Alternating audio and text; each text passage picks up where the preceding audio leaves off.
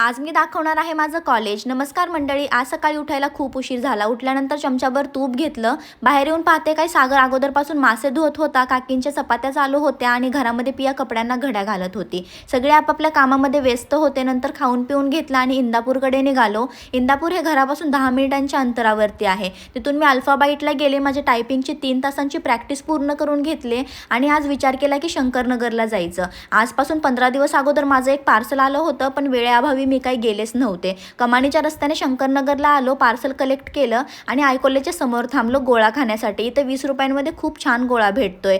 राहिला विषय माझ्या कॉलेजचा, तर हा आय कॉलेजमधून माझं शिक्षण पूर्ण झालं होतं 11वीच्या नंतरचं आणि इथल्या भरपूर सगळ्या गोड गोड आठवणी माझ्या जवळ आहेत। लेडीज रूम, सुगरणीचा खोपा, ह्या सगळ्या माझे आवडते ठिकाण होते एक काळी।